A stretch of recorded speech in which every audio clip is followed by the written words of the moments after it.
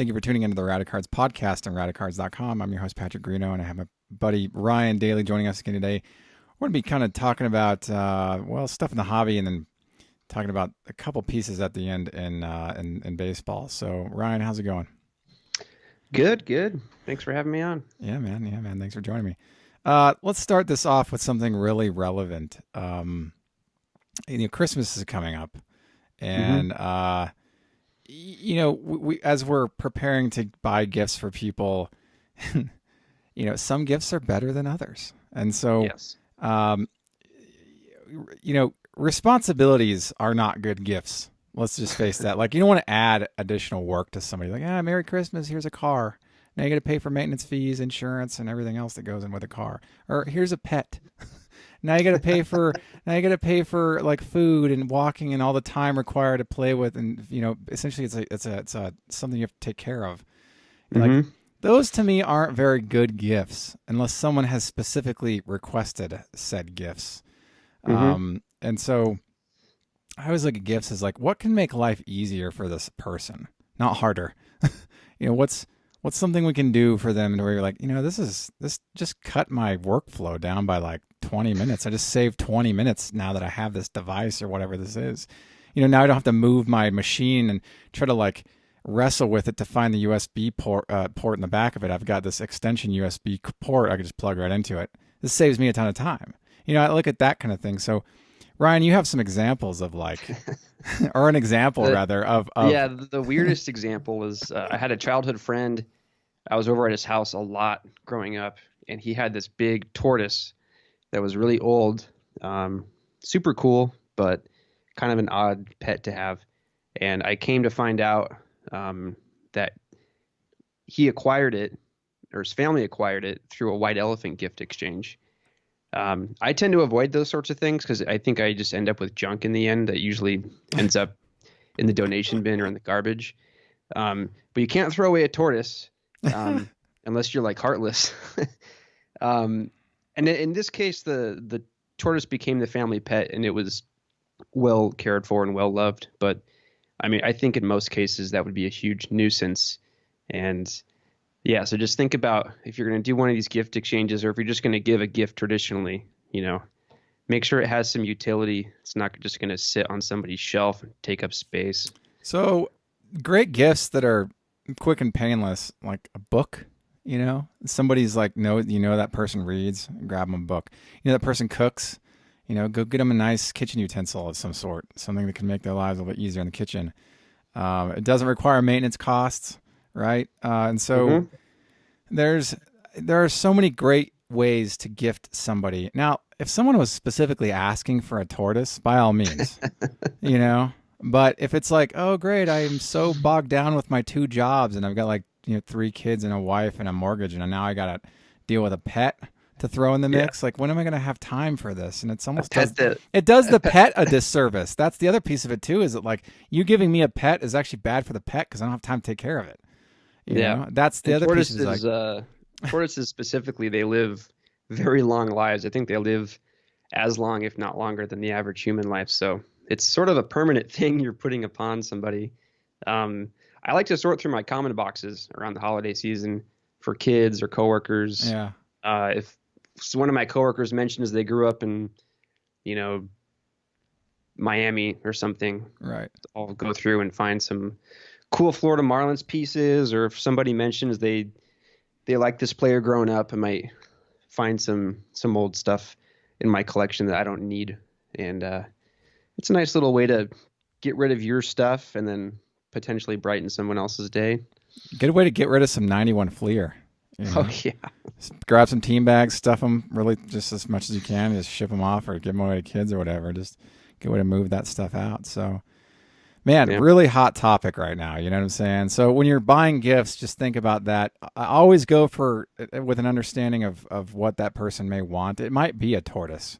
It might be a car. It might be something that requires a degree of responsibility. But then there are people that, that they don't want any additional responsibility. So choose wisely with the gifts, and Merry Christmas or Happy Holidays, or if you even celebrate these things. And if not, then have a great week.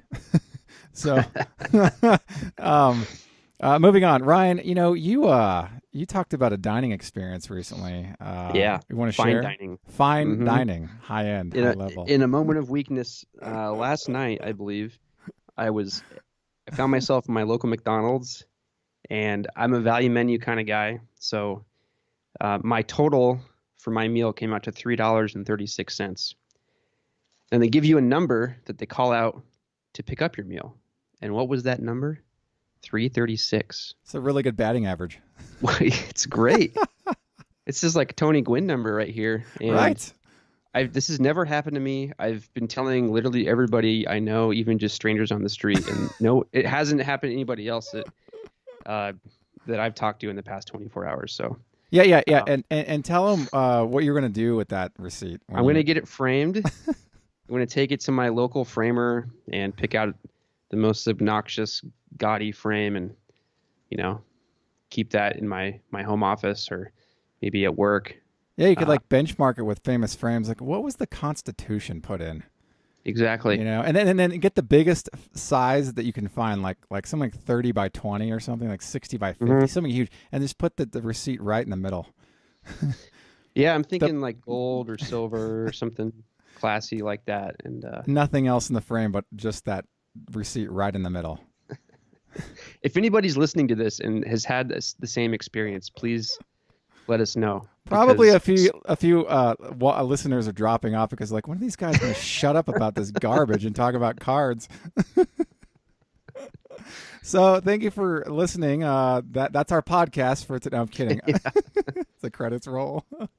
No, no, no. Let's if you're still listening, all two of us, the two of us that are on recording right now, right?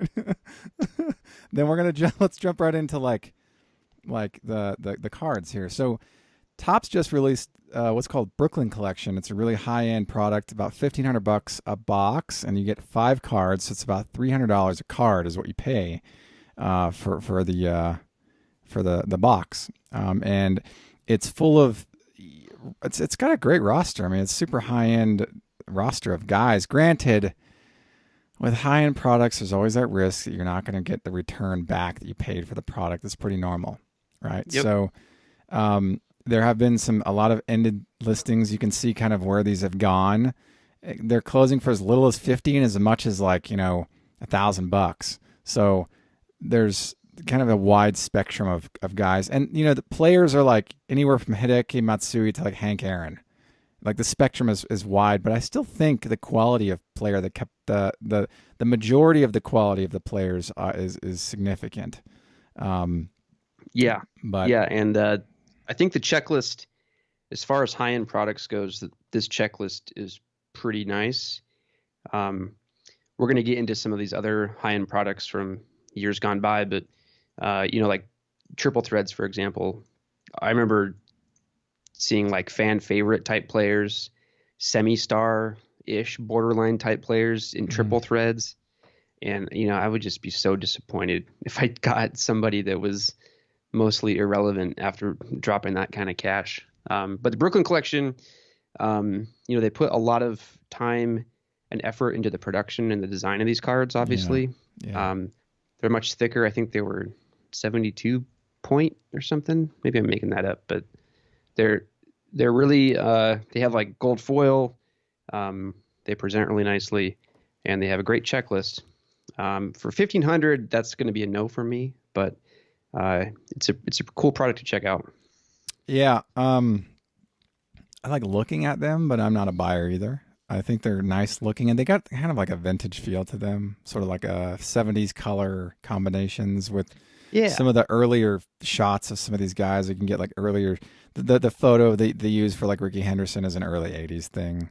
And so and you'll see this throughout the presentation. I like the product. I think it's a cool product, even though I'm not a buyer. I'm just an observer. So speaking of high end products, Tribute was one I've always liked that Topps launched some years back, and I've always liked their multicolor refractor on card style of these cards. They're just really nice looking cards.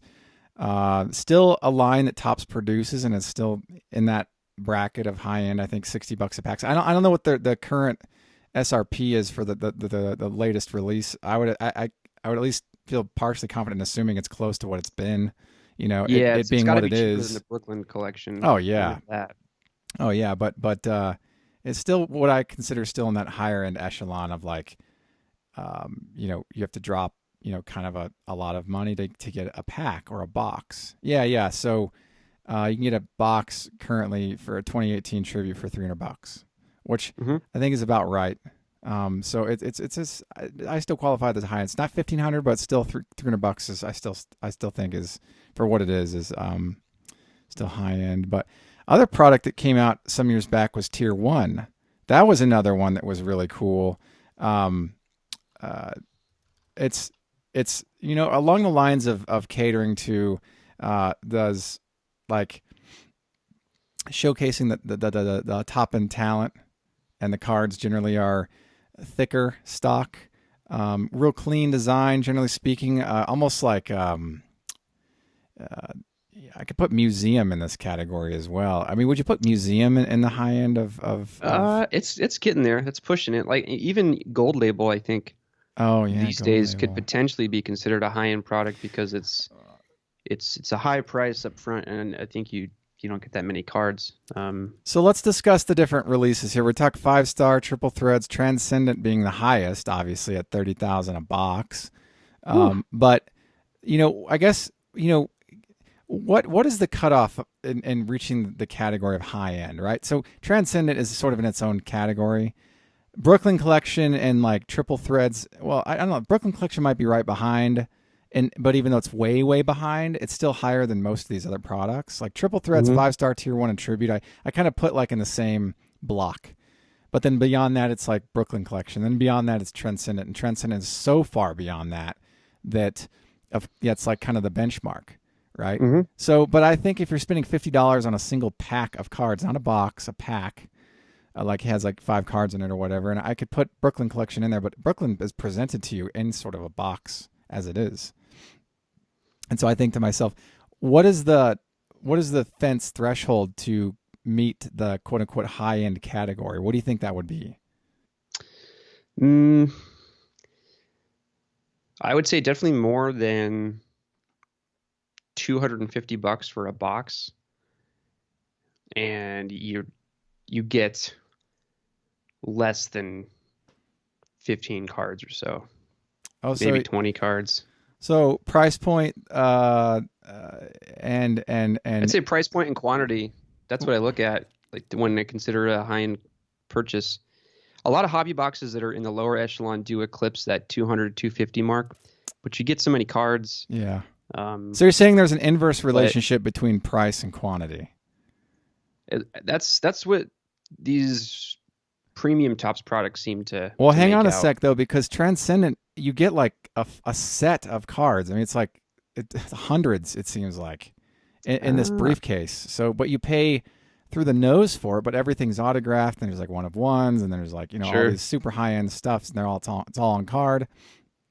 So you pay for it, and everything's got the metal frames. I mean, it's a really nice presentation. So I think there are outliers. There are exceptions to this inverse relationship rule.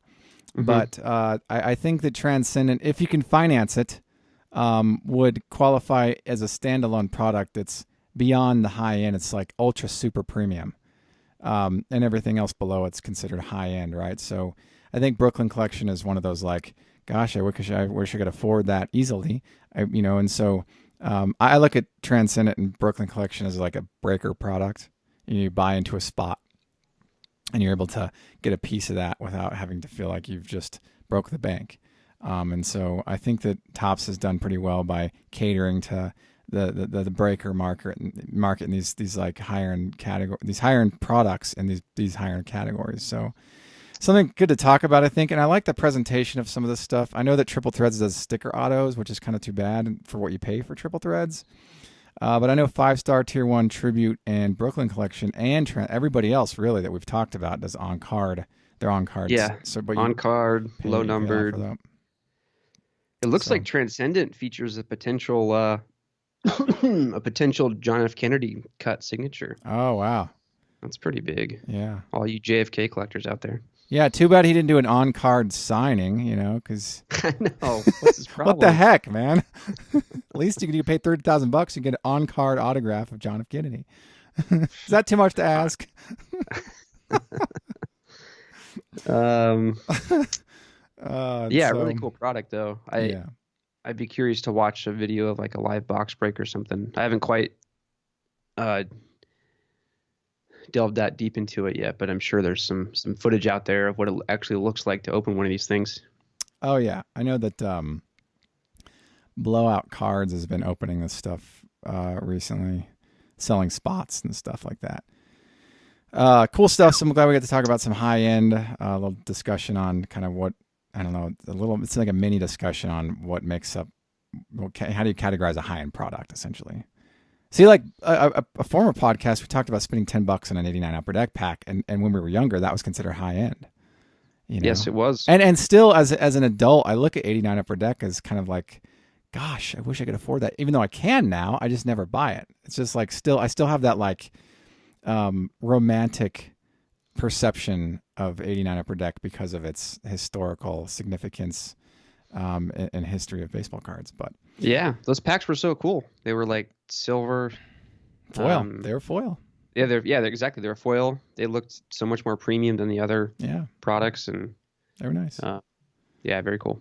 Moving on, 2009 Bowman Draft is you can buy sealed packs and boxes on eBay. Boxes range from $1,300 to $6,500, depending on the box style, and packs selling individually for $180. I mean, it's like, we talked about this previously that where would you put your money? Would you put it toward the odds of pulling something really rare, like say a Hope Diamond? Or would you guarantee a purchase of a Trout card with those funds? Because for $6,500 you can buy like a bunch of different. You have a lot of options. You can buy the '09 auto for $6,500. Granted, the actual prices that they're closing is around $2,500 to $3,000. So 65 is actually quite an outlier for a hobby box. Yeah, it is. Yeah, that's a pretty big price. Now, what the biggest card that hasn't one of the cards that hasn't really surfaced very frequently is the gold refractor, right? For the 09. Yeah. So I've seen a gold one before. I've seen oranges as well. Because the super is spoken for. Yeah. Many oranges are spoken for. Yeah. So whenever I see an '09 box for sale, they're usually advertising it as potential gold parallel. Could be. So, and I'm obviously it'd be great to get a base auto. That would be a really nice return on your investment. Sure. But, if you plan to sell it, right? Yeah, exactly. But I think the gold auto seems to be like the white whale, and since the super is spoken for, the gold parallel seems to be the next one on the list. I mean, there's a bunch of different versions. You got the base, the refractor, the X-fractor, the blue refractor, gold refractor, orange refractor, red refractor. And then super, like you said, is already purchased. But there might be another red refractor in these boxes. That's true. There might be another orange. Golds and everybody else, probably they're still in there somewhere, right? I mean, I can't imagine that all the Trouts have been pulled out of '09 Bowman Draft because there's still sealed product available as we're talking about. So the chance is still there.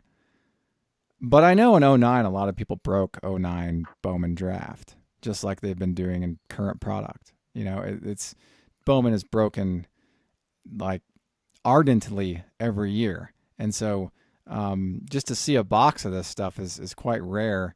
But I mean, I guess it's all relative, right? If you have some cash to blow and you want to see what your odds are, you're grabbing a box for, somewhere between $1,300 and $6,500 might be a fun break. But then again, we talked about this before that, what's the better decision, to buy it to open it or buy it to sit on it and then sell later?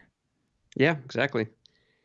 Such a mysterious box. If you had that like in 10 years unopened in your closet, holy moly. That's also assuming that it's assuming that Trout continues to perform the way he is performing, So I hope he is. I hope he does. So Well, like when we were talking earlier, you used the example of a 51 or 52 Mantle, and you could use many examples oh yeah, to compare. But I mean, at least with Mickey Mantle, he's a legend forever. right. Trout is a legend right now, but he could get, he could slip in the weight room tomorrow and break his ankle. It's still remains to be seen what his career is going to end up being like. So, Yeah, um, or he could end up at McDonald's at the value menu and just gain a bunch of weight. dude, I think if he had the same experience that I did, Oh man. I think he might just quit baseball and go Just, buy some lotto numbers or something. or just go to McDonald's like more frequently, Yeah. you know. So that's an interesting talking point because it's fun to look at what's available and like the possibilities of what you could pull out of some of this stuff. You know, if I got a pack, I'd still sit on the pack too. I wouldn't open it. Box, obviously, I would just keep it and just let it sit, and then I would just turn it around later. Um, but speaking of popularity in modern, I can still consider '09 as relatively modern, like the last 10 years. And Sure. so 2018 Topps Holiday was recently released, and Topps brought us another Santa Claus card. Well, actually, I don't want to say another. It's just that the hobby brought us another Santa Claus card. If you collected in 1990, you might remember Pro Set giving us a Santa Claus card. Hmm. Score gave us a Santa Claus card at one point. So those were popular cards, kind of like campy, sort of cool. I like them. I think they're fun. But 2018, Topps brought us one as well. And so the one of one parallel has already been pulled. I think it's a paper parallel. I'm pretty sure it's just a standard gold border. I saw it. It doesn't have like foil front or anything like that. It's just a standard paper one of one. But I had planned on bidding on this thing. I like pulled my phone out in mid conversation with somebody. I was like, "Hang on a second, let me see if I can get this." And the last 3 seconds, it had all kinds of action. I was like, I just turned my phone off and put it back in my pocket and continued the dialogue with the person I was talking to at the time. But it got 23 bids and closed at $311.99. Solid sale for, you know, essentially like a mythic figure, right? And Ryan, you brought Yeah. up the idea of like, you know, who was Topps? You know, who was underneath the costume?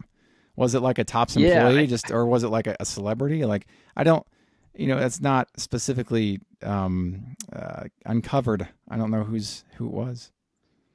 This might be overthinking this a little bit, but it seems like a bit of a missed opportunity All right, because it'd be cool to have like different Santas. Like this Santa is, Elon I Musk. don't know, top CEO, and this one, yeah, it's like this one is another celebrity, or there's like different players that are dressed up as Santa. Yeah. Um, but as far as I can tell, and I spent several hours studying that card today. It Oh, just looks like an several actor. hours.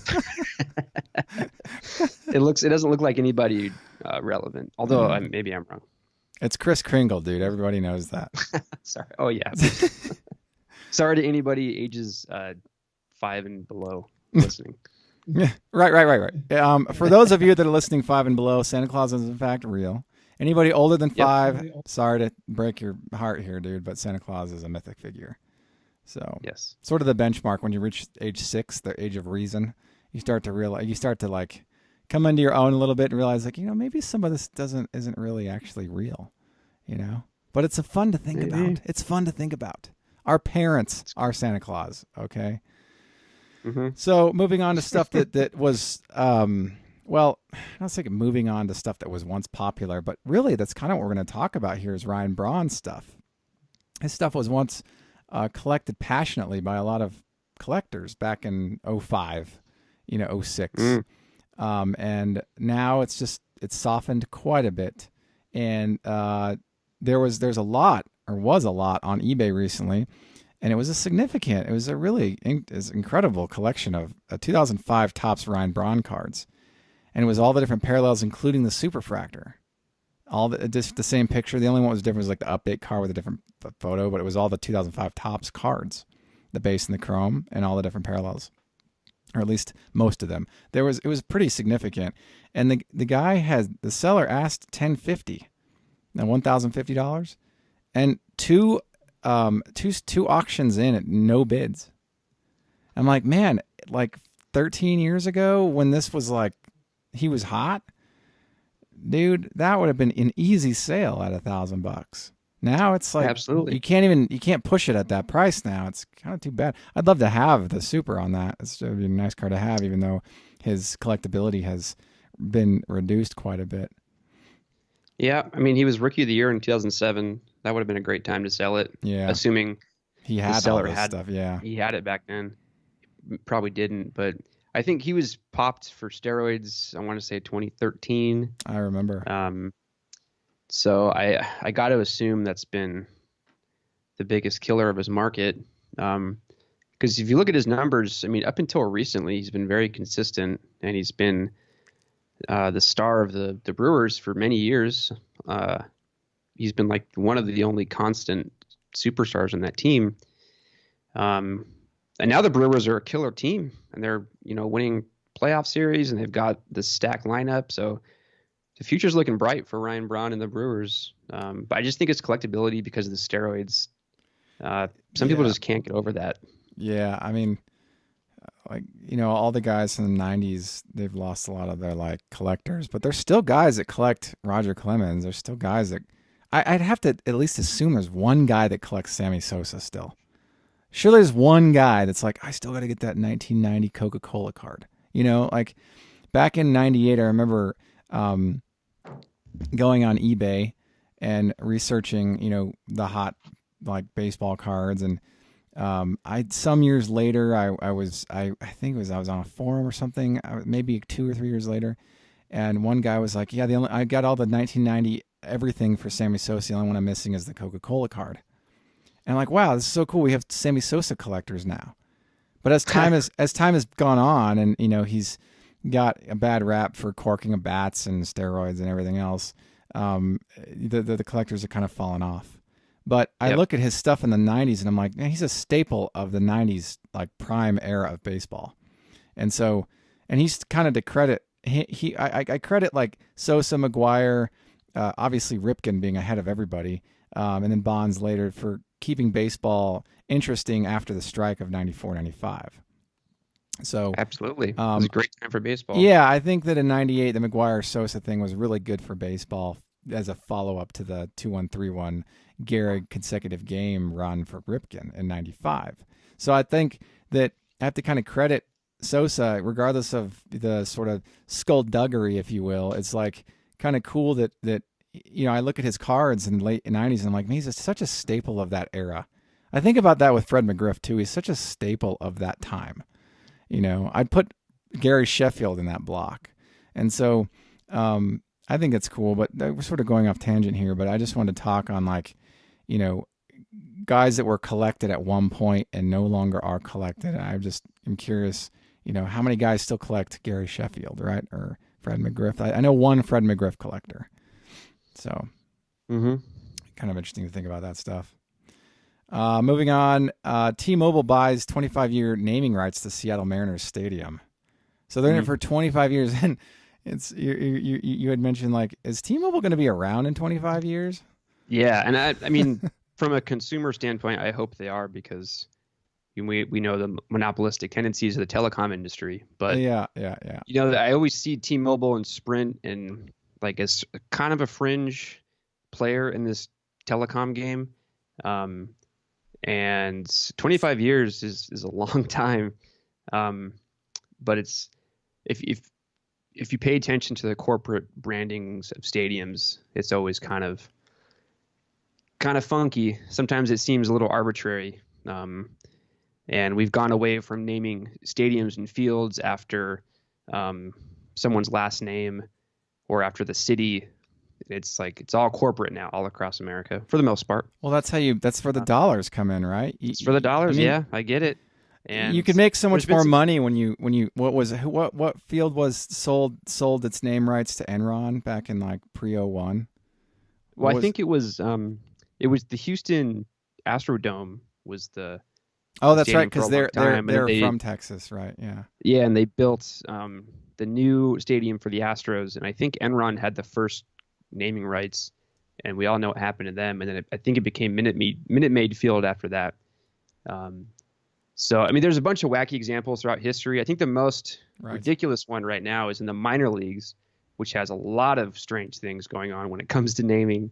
But there's a stadium that was purchased by the card game Cards Against Humanity. Oh yeah. Have you heard of it? Yes, I played it. It's a great game. Yeah, so they're kind of contrarian type people over there at the Cards Against Humanity company. So they named their stadium the Cards Against Humanity Baseball Place. Wow. Yeah, that makes total sense. Yeah, So it's a minor league team, I believe, in the Chicago area. But there's a lot of wacky minor league names and obviously stadium names. But yeah, whenever a new corporate lease gets put on a stadium, it's always interesting. It's like, is this going to last 25 years? I mean, what's going to be next for T-Mobile? I don't know. I mean, I don't know how long T-Mobile will be around. Maybe they'll be around forever. I don't know what because I'm not a customer of theirs. My carrier is different, and so I know that they have a wide customer base. They capture a very specific niche audience that needs their accommodations, and so I get why they're popular. They capture a certain market need. And so 25 years, if they feel like they're going to be around for that much time to do that, I mean, it's great. I think that's good for business. It's good for the Seattle Mariners. They don't have to worry about, this for 25 more years. And that's just, one less thing. Right. So, I hope that I hope that's good for them. T-Mobile Park that's fine. I mean, it looks good. The pink and black, I've always been a fan of their colors, T-Mobile. I've always been a fan of the color pink. So it's kind of a cool add-in, but it's expensive. Yeah, I've seen some artist renderings of the new T-Mobile Stadium, which isn't really a new stadium, but just kind of different. And with the pink is kind of interesting because the Mariners I always associate with colors that aren't pink. But added in. They paid money. They can do what they want.